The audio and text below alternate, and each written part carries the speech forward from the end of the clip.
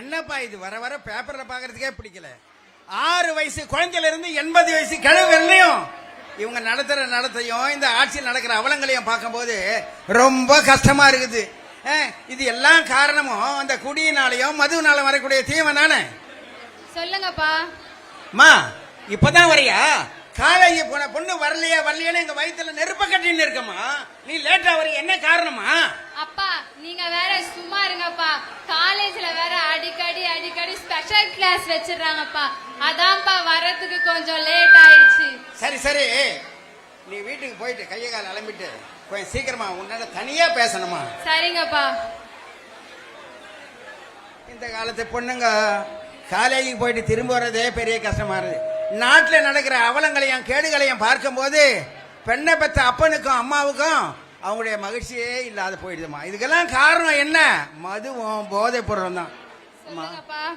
என்னம்மா அம்மா நேற்றுக்கு உங்க அம்மாவை கூட பேசியிருந்தல்ல, அப்ப பார்க்கும் போது நீ ரொம்ப சத்தமா பேசுறீங்க.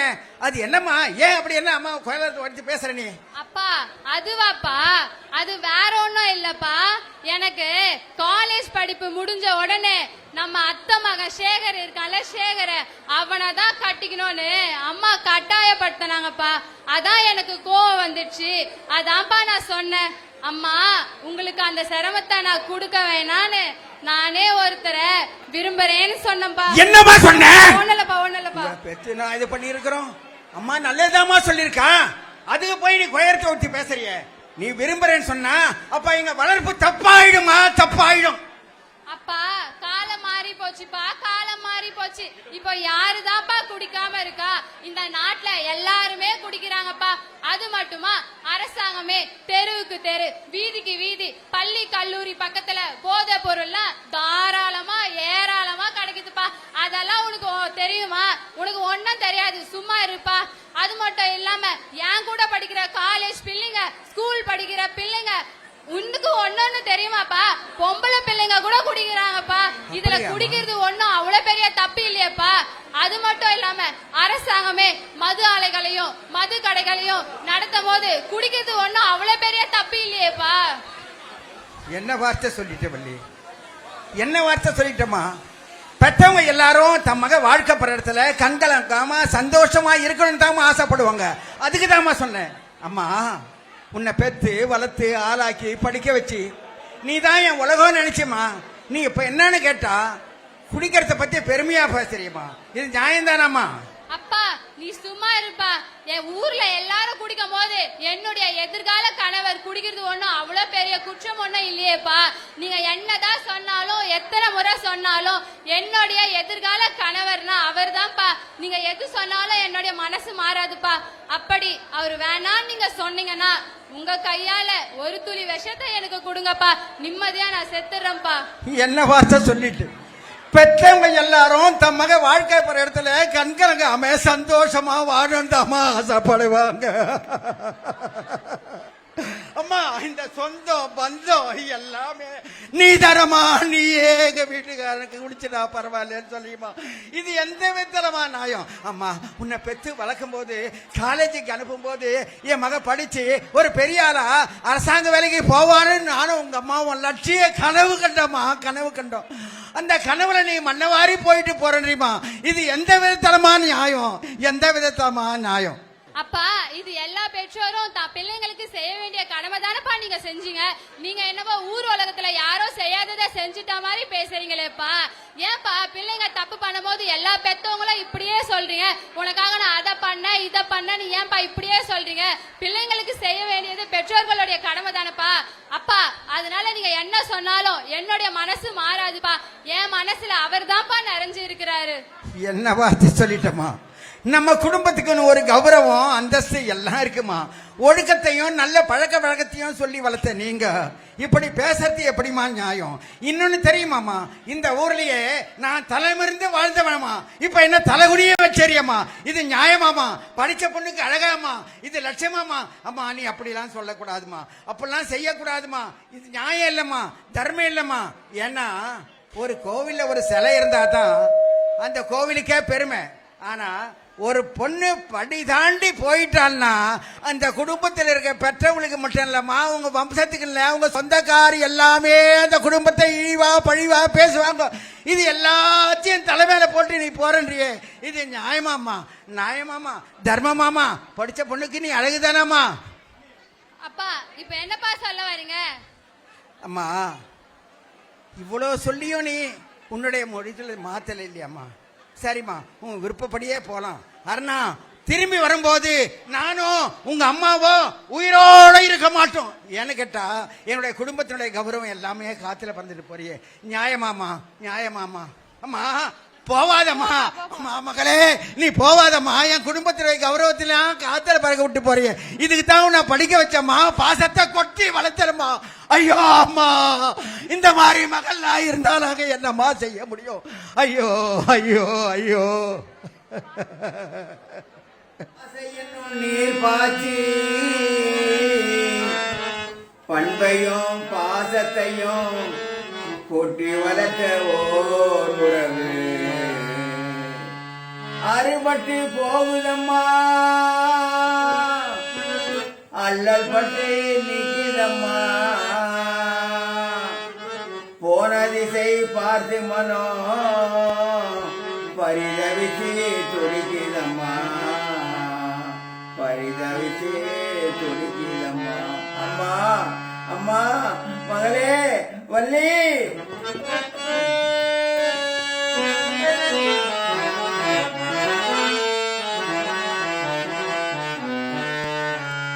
நாம்பத்த செல்ல பொண்ணு நடு தெருவில் விட்டு போனா, நாம்பத்த செல்ல பொண்ணு நடு தெருவில் விட்டு போனா, நாம் படும் வேதனையை ஆண்டவனே அறியாயோ, நான் படும் வேதனையை ஆண்டவனே அறியாயோ. பாசத்தையும் மறந்து விட்டா பெற்ற மனதை துடிக்க வச்சா, பாசத்தையும் மறந்து விட்டா பெற்ற மனதை துடிக்க வச்சா. நேசத்தோடு வாழ்ந்த வாழ்க்கை திசை மாறி போகுதம்மா, நேசத்தோடு வாழ்ந்த வாழ்க்கை திசை மாறி போகுதம்மா. அம்மா உன்னை சீராட்டி தாராட்டி படிக்க வைக்கிறே, இப்படி ஆயிடுவே.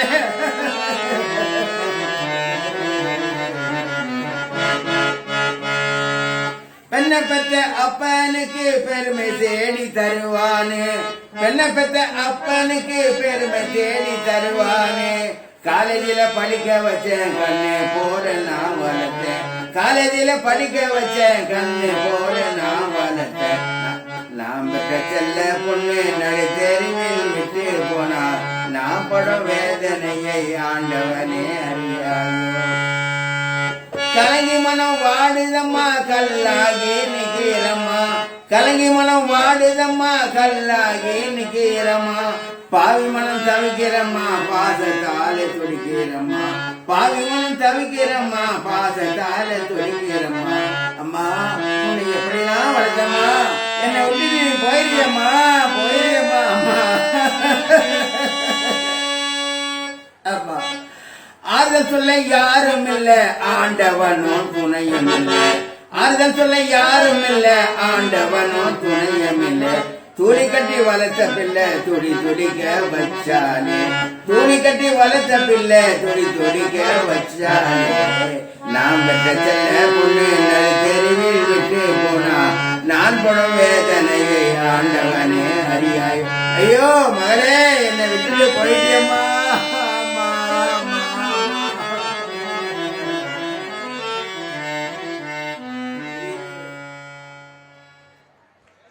அப்பா அப்பா என்ன மன்னிச்சிடுங்கப்பா, உங்க பேச்சு கேட்காம வந்தது ஏன் தப்புதான்ப்பா. அப்பா அப்பா என்ன மன்னிச்சிடுங்கப்பா, உங்க பேச்சு மீறி போனேனேப்பா, என் தலையில பெரிய இடியே விழுந்துச்சேப்பா. அப்பா என்ன மன்னிச்சிடுங்கப்பா, என்ன மன்னிச்சிடுங்கப்பா. என் எதிர்கால கனவெல்லாம் காணல் நீரா போச்சேப்பா, போச்சேப்பா. அப்பா என் காதல் கை கூடும் நினைச்சு உங்களை எல்லாரையும் உதாசீனம் பண்ணிட்டு போனேனேப்பா, ஏன் தப்புதான்ப்பா. அப்பா என்ன மன்னிச்சிடுப்பா, மன்னிச்சிடுப்பா. கடவுளே உனக்கு கண்ணு இல்லையா? அப்பா நான் என்னப்பா பண்ணுவேன், மீண்டும் அவரை நான் எப்பப்பா பாப்பேன்னு எனக்கு தெரியலையே. அப்பா அவர் இல்லாத உலகத்துல என்னால இருக்க முடியாதுப்பா, அவரு போன இடத்துக்கு நானும் போறேன்ப்பா, போறேன்ப்பா. அப்பா இப்படித்தான் இந்த காலத்து பெண்கள் கண்டதே காட்சி கொண்டதே கோரன்னு அப்பா அம்மா பேச்சை மீறி போறவங்களுக்கு நிலைமையை பார்த்தீங்களா? இது கடவுள் கொடுக்கிற தண்டனை மட்டும் இல்லம்மா, நாம நினைக்கிற எண்ணங்கள் ஈடேறாதுமா. பெத்தவங்க செய்து பார்க்கிற கல்யாணம் தாம்மா திருப்தியா இருக்கும். அம்மா உனக்கு என்ன தெரியுமாமா, இது காலத்தின் கோலமோ விதியின் விளையாட்டு அல்ல, இது தமிழகர் செய்கின்ற மாபெரும் தப்பு. எப்பொழுது கள்ளக்குறிச்சியில 80 பேர் கள்ளச்சாராயம் குடிச்சு இறந்தாங்களோ அப்ப அந்த புத்தி இருந்தா தமிழக அரசு இந்த அரசுகள் இந்த மதுக்கடையை மூடி இருக்கணும். மூடலையம்மா, மூடலையே. இன்னும் எத்தனை பேருடைய தாளை அறுப்பதற்கு இந்த அரசாங்கம் இருக்குதோ தெரியலையம்மா. அம்மா உனக்கு ஒண்ணு சொல்லட்டாமா, இதே காஞ்சி மாநகரத்துல பேரறிஞர் அண்ணா ஒருத்தர் பிறந்தாரு. 1967 ஆட்சி கட்டில வந்தாரு. அவரிடம் அந்த அமைச்சர்களும் மற்றவனும் போய் பார்த்தாங்க. ஐயா, மதுக்கடையும் கல்லும் சாராயத்தையும் திறந்து விட்டா நிறைய வருமானம் வரும்னு அவரான சொன்னாங்க. அந்த அவர் என்ன சொன்னார் தெரியுமாமா? ஐயா, நீங்க சொல்றதெல்லாம் சரியில்லை, மதுக்கடையில வரக்கூடிய வருமானம் தமிழ்நாட்டுக்கு அவமானம் சொல்லி அப்படி வரக்கூடிய வருமானம் யாருடைய கையில? குஷ்டரோகி கையில் இருக்க வெண்ணைக்கு சமம்னு சொன்னாருமா. அதை மறக்க முடியுமாமா? அதுக்கு அடுத்து வந்த கலைஞர் திறந்து விட்டு ஒரு சமுதாயத்தையே குடிக்க வச்சுட்டாருமா. ஆமா, இன்னொன்னு தெரியுமாமா, இந்த மதுவுக்காக 40 வருடமா ஒரு தலைவர் பெண்களுடைய விடுதலைக்காகவும் பெண்களுடைய முன்னெடுத்திற்காகவும் மது ஒழிப்புக்காகவும் பேரணிகள் நடத்தினாரு, பொதுக்கூட்டம் நடத்தினாரு, மாநாடுலாம் நடத்தினாரு. மக்கள் காவலர் மருத்துவர் ஐயாவை மறக்க முடியுமாமா? அது மட்டும் இல்லம்மா, ஒரு தலைவர் கேட்டாரு, ஐயா நீங்க எனக்கு ஆட்சி அதிகாரத்தில் பங்கு கொடுத்தால் முதல் நாள் முதல் கையெழுத்து நான் போட்டு இந்த மதுக்கடையில மூடுவேன்னு சொன்னாரு. நீங்க கேட்டீங்களாமா? மாற்றம் முன்னேற்றம்னு அவர் சொன்னாரு. நீங்க எல்லாம் மறந்துட்டீங்கம்மா. இதை எண்ணி பார்க்க வேண்டும். நமக்கு லட்சியமே 2026 இங்க வந்திருக்கூடிய தாய்குலங்களே, தாய்மார்களே, உங்கள் பாதத்தை தொட்டு நான் வணங்கி கேட்டுக்கொள்கிறேன். மாற்றம் வேண்டுமானால் உங்களுக்கு மனமாற்றம் ஏற்பட வேண்டும். இன்னொன்னு தெரியுமாமா, எங்களுடைய குலவிளக்கு சமுதாயத்தின் சீர்திருத்த செம்மலாக இருக்கக்கூடிய எங்களுடைய சின்னம்மா அவர்கள் அவங்க என்ன சொல்றாங்க? பொது மேடைகளையும் பொது நிகழ்ச்சிகளையும் பெண்களுடைய விடுதலை, பெண்களுடைய முன்னேற்றம் இப்படியெல்லாம் செய்கிற சிந்தனை திறத்தாலே மூழ்கி முத்தெடுத்து முத்தாரம் கொடுத்து தமிழன்னைக்கு சூட்டி ஒழுக்கிட்ட முனைவர் அன்புமணி என்னுடைய அருந்தவ மனைவியா என்னுடைய அருமை சகோதரி இங்கே வந்திருக்கிறார்கள். அவரை நாம் அவர் சொல்லக்கூடிய கருத்தை எப்படி சின்னையா சொன்ன கருத்துக்களை இளைஞர்கள் ஏற்றுக்கொண்டீர்களோ அதுபோல சின்னம்மா சொல்லக்கூடிய கருத்தை இங்கு வந்திருக்கூடிய இளம் பெண்களும் தாய்மார்களும் ஏற்றுக்கொண்டால் நிச்சயமாக ஒரு மாற்றத்தை ஏற்படுத்த முடியும். இன்னொன்னு சொல்றோமா, நாங்க கலப்பு திருமணத்துக்கோ அல்லது காதல் திருமணத்துக்கோ நாங்க எதிர்ப்பானவர்கள் இல்ல.